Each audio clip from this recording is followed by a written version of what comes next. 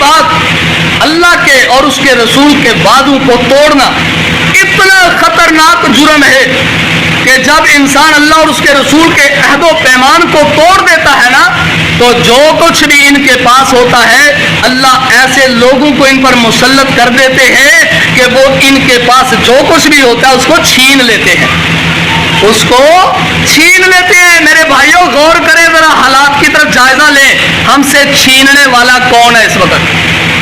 پیسہ روپیہ دولت آپ کما رہے ہیں، ٹیکس کے ذریعے سے آپ کا مال کون چھین رہا ہے آپ سے؟ یہ حالات باہر سڑکوں پر کیوں ہے؟ اس لیے کس وجہ سے یہ حالات بنے ہوئے ہیں؟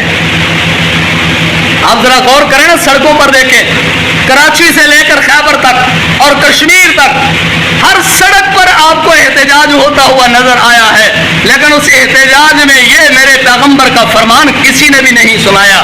اس لیے نہیں سنایا کہ خود ہم اس فرمان کے مصداق بنے ہوئے ہیں، اللہ کا عہد و پیمان توڑ رہے ہیں، اور اللہ کا عہد و پیمان توڑنے والے لوگوں پر اللہ ایسے لوگوں کو مسلط کرتا ہے جو کچھ ان کے پاس ہوتا ہے وہ چھین لیتے ہیں۔